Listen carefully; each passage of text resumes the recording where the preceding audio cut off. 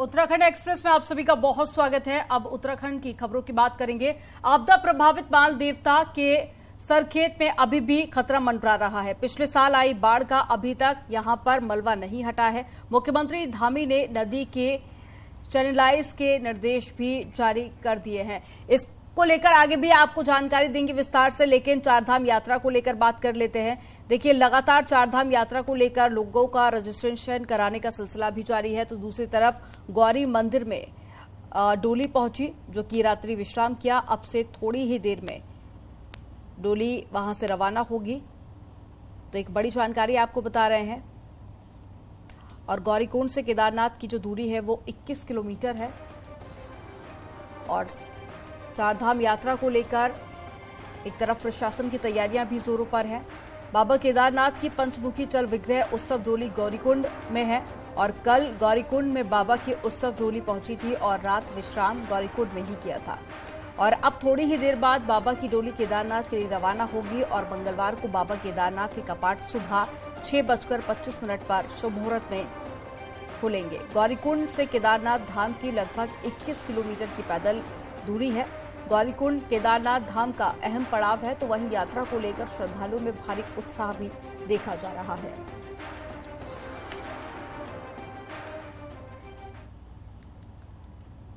आज केदारनाथ धाम के कपाट आम श्रद्धालुओं के लिए खोल दिए जाएंगे और इससे पहले प्रशासन की आखिरी चरण की तैयारियों की बात करें तो लगभग पूरी हो चुकी है और यात्रियों का धाम की ओर आना शुरू हो गया है। इस बीच शनिवार को हुई ताजी बर्फबारी के बाद रविवार को केदारनाथ में मौसम साफ हुआ है। स्थानीय लोगों की रोजी रोटी केदारनाथ यात्रा पर काफी हद तक निर्भर रहती है। अब आगे मौसम खराब ना हो ऐसी कामना स्थानीय लोग भी कर रहे हैं। तो मंगलवार से केदारनाथ यात्रा धाम की शुरुआत जो है वो हो जाएगी। हालांकि प्रशासन की तरफ से तैयारियां पूरी कर ली गई हैं ताकि जो श्रद्धालु हैं वो चार धाम की यात्रा पर आते हैं तो उन्हें कोई परेशानी कोई दिक्कत ना हो। रविवार को धाम में मौसम साफ हुआ है और उम्मीद यही जताई जा रही है कि आगे भी मौसम ऐसे ही साफ रहे ताकि जो श्रद्धालु पहुंच रहे हैं बाबा केदार के दर्शन करने के लिए उन्हें किसी तरह की कोई परेशानी ना हो। आज आप देख सकते हो बाबा केदारनाथ के यहाँ पे मौसम अच्छा है। जो हमने बाबा केदारनाथ से भी प्रार्थना की थी, सभी लोगों ने, स्थानीय लोग हो चाहे घोड़े खच्चर वाले हों, सभी के चेहरे पे आज खुशी है। इस बार प्रशासन के लिए भी थोड़ा दिक्कत तो है, बर्फ पड़ी है 2 फीट तक। आज देखिए धूप लगी है। बाबा से हमारी यही प्रार्थना है, अब धूप लगनी चाहिए ताकि सभी लोगों का रोजगार जुड़ा। हालांकि केदारनाथ यात्रा के मद्देनजर मौसम विभाग ने पूर्व अनुमान जारी किया है कि 29 अप्रैल तक केदारनाथ में मौसम खराब रहेगा और बादल के साथ ही हल्की बारिश की भी संभावना है। मौसम विभाग ने यात्रियों से अनुरोध किया है कि यात्रा के दौरान यात्री अपने साथ में गर्म कपड़े जरूर लेकर आएं।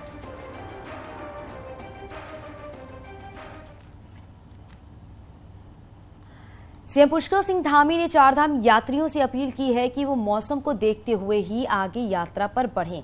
सीएम ने कहा केदारनाथ धाम में मौसम बदलता रहता है तो ऐसे में मौसम को देखते हुए ही यात्रा करें। सीएम धामी ने यात्रियों से स्वास्थ्य विभाग द्वारा जारी एडवाइजरी का पालन करने की भी अपील की है।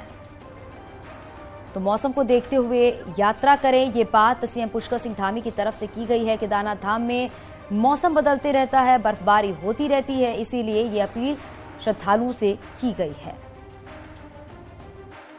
केदारनाथ जी में पिछले 10 दिनों से लगातार उस मार्ग पर भारी बर्फबारी हो रही है, इसलिए हम सभी आए हुए जो श्रद्धालु बाबा केदारनाथ के दर्शन करना चाहते हैं थोड़ा मौसम ठीक होने पर ही आगे बढ़ें और सारी मौसम की जानकारी लेते हुए यात्रा अपनी पूरी करें, जिससे कि उनको किसी परेशानी का सामना न करना पड़े। और हमारे सहयोगी रामबाड़ से सत्येंद्र बर्तवाल हमारे साथ जुड़ गए। सत्येंद्र, जरा बताइएगा अभी वहां पर किस तरह की स्थिति मौसम देखने को मिल रही है, क्योंकि सीएम ने भी ये अपील की है कि मौसम को देखते हुए श्रद्धालु आगे की तरफ बढ़े क्योंकि केदारनाथ में अक्सर मौसम बदलते रहता है।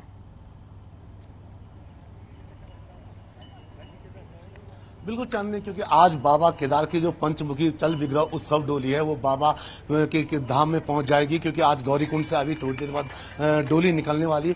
मैं आपको सीधे उन तस्वीरों को दिखा देता हूं। अभी हम रामबाड़ा में खड़े, रामबाड़ा से ऊपर आप देख सकते हैं कि जो केदारनाथ वाली जो चोटियां हैं केदार, वो बिल्कुल बर्फ की तरह लबालब हो रखी है। और आप देख सकते हैं कि क्योंकि प्रशासन भी लगातार जो आए यात्रियों से लगातार अनुरोध कर रहा है कि जो भी यात्री पहुंच रहा है वो कम से कम एक बार जो मौसम विभाग ने जो पूर्वानुमान किया है उसको देखते हुए आगे बढ़े। अभी हम रामबाड़ा में हैं। रामबाड़ा से मात्र 5 से 6 किलोमीटर की दूरी है जो केदारनाथ हम पहुंचेंगे। और केदारनाथ धाम के नीचे का यह पूरा इलाका है जहां आप देख सकते हैं, क्योंकि बर्फबारी पूरी लबालब भरी है। और यहाँ पे जो माइनस से भी जो तापमान है वो माइनस से भी आ रहा है, इसके लिए क्योंकि जो प्रशासन की जो व्यवस्थाएं थी, प्रशासन ने जो वहां रहने की व्यवस्थाएं की थी वो बर्फ के चलते वहां पर अभी पूरी नहीं हो पाई। इसलिए प्रशासन जो यात्री हैं उनसे भी अनुरोध कर रहा है। अभी आप देख सकते हैं रामबाड़ा में मैं खड़ा हूं। रामबाड़ा के जो मेरे दो दाहिने तरफ हैं, जो कई यहाँ पे लोग जो स्थानीय लोग हैं वो यहाँ पे अभी शेल्टर का काम तैयार कर रहे हैं। जो यहाँ पे यात्री आते हैं जो रात्रि विश्राम के लिए, उनके लिए जो टेंट कॉलोनियां यहाँ पे बनाई जाती है उसका भी अभी भी काम जोरों से चल रहा है, क्योंकि बर्फबारी लगातार हुई जिसके कारण जो समय पर काम नहीं हुआ, जिसके चलते ये स्थिति आप देख सकते हैं। जी बिल्कुल, एक तरफ तैयारी जोरों पर है, दूसरी तरफ मौसम विभाग ने अलर्ट जारी कर दिया है। और सत्येंद्र, तस्वीरें तो आप लगातार दिखाते रहिए और साथ ही ये भी बताइए कि अब मौसम खराब होने की बात कही गई है, तो ऐसे में क्या कोई इंतजाम प्रशासन की तरफ से भी किए गए हैं? क्योंकि अक्सर हम देखते हैं कि जब भी ज्यादा बर्फबारी होती है तो जो रास्ते हैं वो ब्लॉक हो जाते हैं।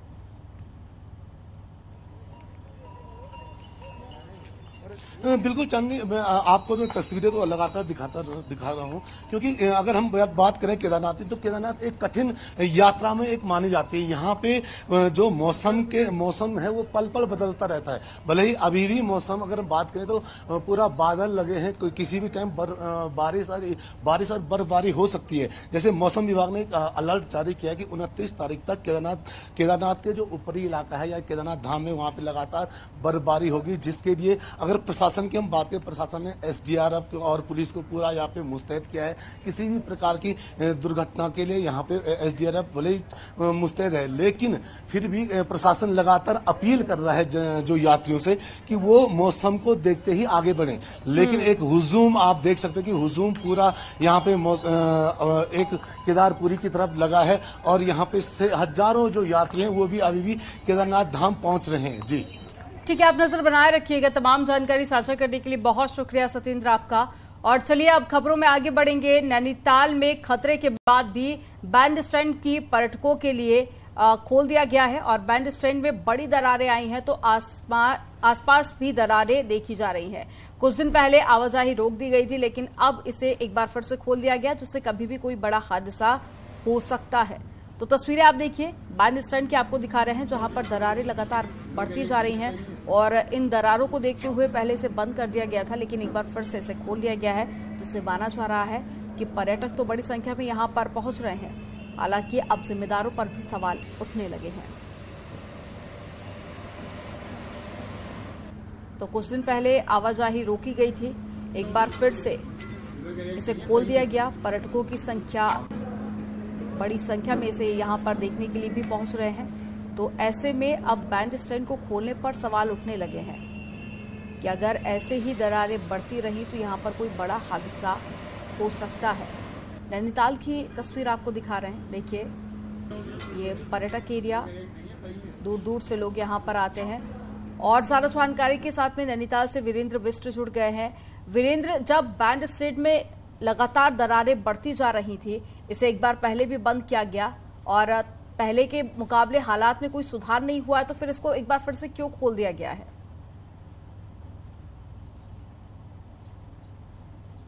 देखिए, ये लापरवाही कही जा सकती है कि जिस तरह से लगातार इस इलाके में दरारें आ रही थी और जो पूरा एरिया है वहां पर जो भार है वो और ज्यादा दे दिया गया था। और भूगर्भ शास्त्री भी इस बात को कहते रहे हैं कि जो ये पूरा इलाका है वो काफी संवेदनशील है और यहाँ से एक फॉल्ट लाइन गुजरती है, उसके चलते ये पूरा इलाका दरारों से भर गया है। और जो बैंड स्टैंड है उस पर भी काफी दरारें हैं और उससे बावजूद भी बेरोक टोक पर्यटकों की जो एंट्री है वह यहाँ पर होती रही है। भूगर्भ शास्त्रियों ने अपनी रिपोर्ट में ये तक कहा है कि जो ये इलाका है यहाँ पर आवाजाही को रोक दिया जाए। हालांकि कोरोना काल के बाद नैनीताल जिला प्रशासन ने इस पूरे इलाके में आवाजाही को रोक दिया गया था, दोनों तरीके से बैरिकेडिंग कर दिया गया था। लेकिन जो पिछले एक हफ्ते से लगातार बैंड स्टैंड में अगर दिन का माहौल देखेंगे, हालांकि सुबह का वक्त है, इस वक्त टूरिस्ट है नहीं, दिन के वक्त अगर देखेंगे तो ये पूरा बैंड स्टैंड पर्यटकों से भरा रहता है।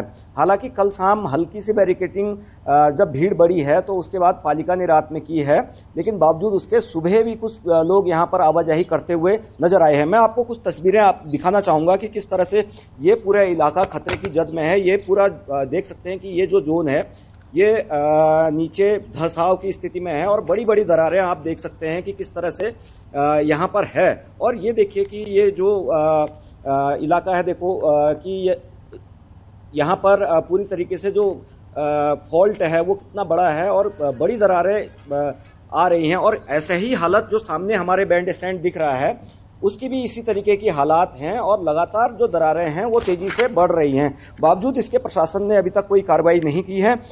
जो काम यहाँ पर अभी तक हो जाने चाहिए, क्योंकि 2 से 3 साल पहले भूगर्भ शास्त्री इस बात को कहते रहे हैं कि इसका ट्रीटमेंट हो, जो बैंड स्टैंड है वो कभी भी नीचे गिर सकता है, खतरे की जद में ये पूरा बैंड स्टैंड है।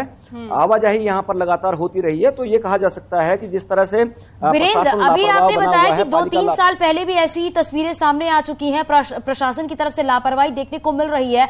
अगर कोई बड़ा हादसा होता है इस दौरान तो जिम्मेदारी किसकी बनती है फिर? देखिए, जाहिर तौर पर प्रशासन इसके लिए पूरी तरीके से जिम्मेदार रहेगा या फिर पालिका इसके लिए जिम्मेदार रहेगी, क्योंकि जिला प्रशासन इस बात को पालिका को कहता रहा है कि इस पर बैरिकेडिंग करें, टूरिस्ट का फ्लो इस एरिया में ना हो। भूगर्भ शास्त्री अपनी रिपोर्ट में ये कहते रहे हैं कि ये एरिया काफी संवेदनशील है। बावजूद उसके आज जो अब टूरिस्ट सीजन शुरू हुआ है, दिन के वक्त अगर आप इस क्षेत्र में खड़े हो जाएंगे तो काफी टूरिस्ट यहाँ पर आएंगे और जो जमीन है वो नीचे की तरफ धंस रही है। अगर यहाँ पर भार बढ़ता है तो ये कहा जा सकता है कि आने वाले दिनों में खतरा भी हो सकता है। बिल्कुल, और एक बड़ी लापरवाही वीरेंद्र देखी भी जा सकती है, जब पहले ही ये संकेत दिए जा चुके हैं कि कोई बड़ा हादसा हो सकता है, उसके बाद भी प्रशासन अगर सचेता नहीं है तो ये अंदेशा है कि अगर कोई हादसा होता है तो इसकी पूरी जिम्मेदारी प्रशासन की होगी। लेकिन वक्त रहते ही प्रशासन को पूरी व्यवस्थाएं दुरुस्त करनी होगी। बहुत शुक्रिया इस पूरी जानकारी के लिए। और आगे बढ़ते बात करते हैं लखनऊ में आचार्य महामंडलेश्वर कैलाशानंद ने यूपी सीएम योगी आदित्यनाथ से शिष्टाचार भेंट की है। सीएम योगी आदित्यनाथ से ये मुलाकात जब हुई वो तस्वीरें भी आप देख रहे हैं, सीएम आवास पर उन्होंने ये मुलाकात की है। कैलाशानंद निरंजनी अखाड़े के आचार्य महामंडलेश्वर हैं। ये तस्वीरें भी आप देखिए जब सीएम योगी आदित्यनाथ से शिष्टाचार मुलाकात हुई उस दौरान की तस्वीरें आप अपने टीवी स्क्रीन पर देख रहे हैं। और ये मुलाकात जो है वो सीएम आवास पर मुलाकात हुई है। तो कैलाशानंद निरंजनी अखाड़े के आचार्य महामंडलेश्वर हैं। आपदा प्रभावित मसूरी के माल देवता के सरखेत में अभी भी बड़ा खतरा मंडरा रहा है। सरखेत में पिछले साल आई बाढ़ के बाद में अभी तक नदी से मलबा नहीं हटाया जा सका है। यहां बादल फटने के बाद आई बाढ़ में 9 लोगों की मौत हो गई थी, कई घर बह गए थे और रिवर बेड में डप पड़े मलबे से पूरा नदी तट पटा पड़ा है, जो कि बारिश में न सिर्फ सरखेत बल्कि नदी के निचले क्षेत्रों में स्थित करीब 14 ग्राम सभाओं में तबाही मचा सकता है। रविवार को मौके पर पहुंचे सीएम धामी ने इस पर गंभीर चिंता जताते हुए डीएम को तत्काल नदी को चैनलाइज कराने के निर्देश जारी किए हैं। नहीं, उसके लिए जिलाधिकारी ने अपने स्तर पर पट्टों की निविदाएं निकाली हैं और जल्दी ही उन निविदाओं को खोल के उस पर काम जारी होगा। कुछ माननीय न्यायालय का भी आदेश है, उस पर फिर से माननीय न्यायालय इसमें भी जो है, चूंकि यहाँ पर ऐसी विषम स्थिति है कि उसके लिए हम लोग कोर्ट में फिर से जो है निवेदन करेंगे, सरकार वहाँ पर जाएगी जिससे कि चैनलाइजेशन हो यहाँ पर, जिससे कि आगे आने वाले समय में ये नदी हैं, नाले हैं, बरसाती नाले नदियां हैं, ये अपना रुख बदलकर नुकसान को और बढ़ा देते हैं, बल्कि बाढ़ की जद में ले आते हैं, भीषण आपदा का संकट पैदा कर देते हैं। तो उसके लिए काम होगा। इस स्ट्रेच में जो हम लोगों की रिवर ड्रेजिंग की पॉलिसी है, जिसमें हम लोग पट्टे जारी करते हैं, तो उसमें कोई रिस्पांस आया नहीं क्योंकि मैनुअली सब होना था। अब क्योंकि कोई रिस्पांस नहीं आया है और समय हमारे पास नहीं है तो हम चैनलाइजेशन की कार्रवाई इसमें करेंगे। पिछले साल अगस्त में बादल फटने के बाद बांदल नदी में आई इसी बाढ़ में करीब 9 के आसपास लोग बह गए थे। अभी भी इस पूरे इलाके में आप देख सकते हैं कि हजारों घन मीटर मलबा पूरी नदी में जमा हुआ है। जो रिवर बेड है वो 1 से 3 मीटर तक ऊपर उठ गया है, लेकिन 1 साल बीत जाने के बाद भी ये हजारों घन मीटर जो मलबा नदी में पसरा हुआ है इसको यहाँ से हटाया नहीं गया। जो नदी है उसको चैनलाइजेशन नहीं किया गया। एक बार फिर से अब अगस्त ज्यादा दूर नहीं है, मानसून काल ज्यादा दूर नहीं है, इस पूरे इलाके में बाढ़ का एक बार फिर खतरा बना हुआ है। कैमरा पर्सन दीपक उपाध्याय के साथ सुनील नौपरवात, न्यूज 18, मालदेवता, देहरादून। हरिद्वार में भेल कर्मचारी की सरेआम गुंडागर्दी सामने आई है। यहां पर रानीपुर में भेल कर्मचारी के घर के बाहर लगे बिजली के खंभे से एक अनियंत्रित कार टकरा गई है, जिससे कि गुस्साए कर्मचारी ने कार सवार की जमकर पिटाई कर दी है और इतना ही नहीं, उसने कार के शीशे भी तोड़ दिए। जब सूचना पर मौके पर पहुंची पुलिस तो दबंग परितोष पुलिस से भी उलझ गया और धक्का मुक्की करने लगा। घटना का वीडियो सोशल मीडिया पर वायरल हो रहा है। हालांकि पुलिसकर्मी ने भी सख्ती दिखाते हुए दबंगई कर रहे शख्स को पकड़कर कोतवाली लाया है। शांति भंग में उसका चालान कर दिया गया।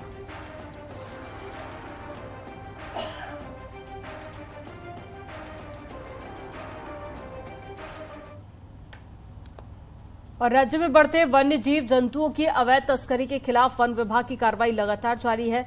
खटीमा के सुरई वन प्रभाग से वन विभाग और एसटीएफ की टीम ने संयुक्त कार्रवाई कर 2 वन्य जीव तस्करों को गिरफ्तार कर लिया, जिसके पास से 700 ग्राम पेंगोलिन शल्क बरामद किया गया है। तस्करों ने बताया कि उन्होंने पेंगोलिन का मार्च महीने में पीलीभीत के जंगल से शिकार किया था और बेचने के लिए नेपाल जा रहे थे। पेंगोलिन को शेड्यूल 1 की श्रेणी में रखा गया है क्योंकि ये एक सीधा दुर्लभ जीव है।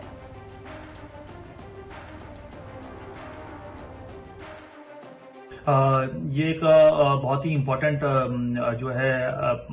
जो ट्रांजिट पॉइंट है जहां से यूपी से और नेपाल से वाइल्ड लाइफ ट्रॉफीज का जो है ट्रांजिट होता है और इसी क्रम में जो है ये कार्रवाई हुई है। हरिद्वार के 3 भाइयों को लाइसेंसी बंदूक से फायर करते हुए सोशल मीडिया पर रील बनाना भारी पड़ गया। सोशल मीडिया पर वीडियो वायरल होने के बाद पुलिस ने तीनों भाइयों के खिलाफ मुकदमा दर्ज करके जेल भेज दिया है। घटना पथरी थाना क्षेत्र की है, जहां पर अलावलपुर गांव के रहने वाले 3 भाइयों शहजान, निसार और शहजाद ने रील बनाकर सोशल मीडिया पर वायरल कर दिया है। पुलिस ने आरोपियों के पास से एक लाइसेंसी बंदूक और 3 कारतूस भी बरामद।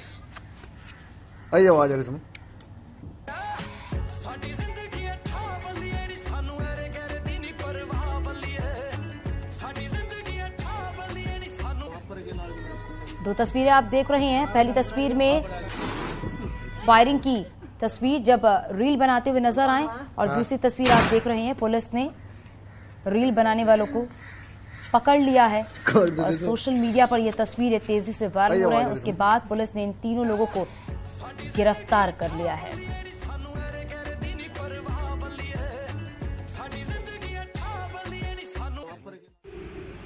देखिए, कल सूचना मिली थी कि थाना पथरी क्षेत्र के अलावलपुर गांव में फायरिंग की सूचना थी, जिस पे जो है तत्काल पुलिस बल मौके पे गया था और पता चला कि कोई लाइसेंसी असले से अपनी हर्ष फायरिंग कर रहा था और रील भी बना रहा था। तो मौके से 3 लोगों को थाने लाया गया और उनके खिलाफ मुकदमा दर्ज कर आज माननीय न्यायालय में पेश किया जाएगा। उत्तराखंड में ग्लेशियर में हो रहा है बदलाव, जिसको देखते हुए जीवी पंत हिमालय पर्यावरण संस्थान ने स्टडी की कवायद तेज कर दी है। संस्थान राज्य की 4 ग्लेशियरों पर मॉनिटरिंग सेंटर स्थापित करने जा रहा है। मॉनिटरिंग सेंटर की मदद से ग्लेशियर के बारे में बारीक से स्टडी की जाएगी। इसके लिए संस्थान ने वन विभाग को प्रपोजल भेजकर परमिशन भी मांगी है। उत्तराखंड में ग्लेशियर की स्थिति में लंबे समय से बदलाव हो रहा है, लेकिन ये बदलाव कितना और किस तरह का होगा, इसका अध्ययन किया जा रहा है।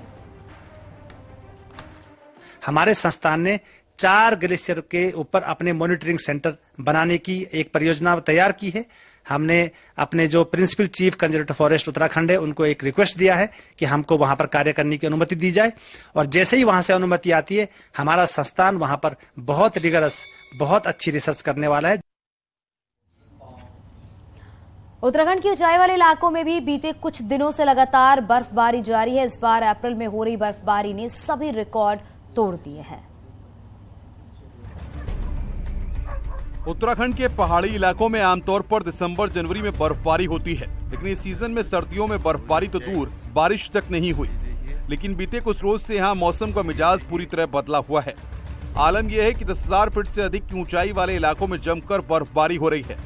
उत्तराखंड के चारों धाम हो या फिर व्यास और दारमा घाटी, सभी बर्फ की सफेद चादर में लिपटे हैं।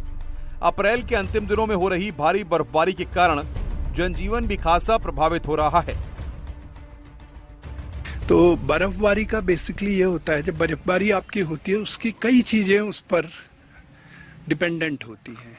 जैसे कि बर्फबारी के आधार पर हमारा जो होता है टेम्परेचर बहुत ज्यादा डाउन चले जाता है। अप्रैल के महीने में ऐसी बर्फबारी साल 2008 में देखने को मिली थी, लेकिन एक बार फिर पूरे 15 साल बाद वही नजारा इन दिनों दिखाई दे रहा है। भारी बर्फबारी के कारण जहां चारधाम यात्रा में दिक्कत आ रही है, वहीं ऊंचाई वाले इलाकों में आवाजाही प्रभावित हो गई है। हालात तो ये हैं कि सरकार ने चारधाम आने वाले यात्रियों को मौसम को देखते हुए प्लानिंग करने की हिदायत तक दी है। ग्लोबल चेंज जो हो रहा है, इसको हमें ध्यान में रख के ही अपनी प्लानिंग करने की जरूरत है। ये तो ऐसे होता रहेगा, इसको कंट्रोल करना इतना आसान नहीं है। ये तो ग्लोबल एक समस्या तो है ही, जिसके लिए हम सब प्रयासरत रहे कि कैसे इसके प्रभाव को कम से कम किया जा सके।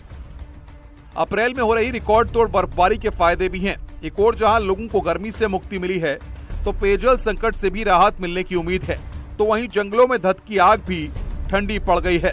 न्यूज़ 18 के लिए पिथौरागढ़ से विजय वर्धन उप्रेती की रिपोर्ट।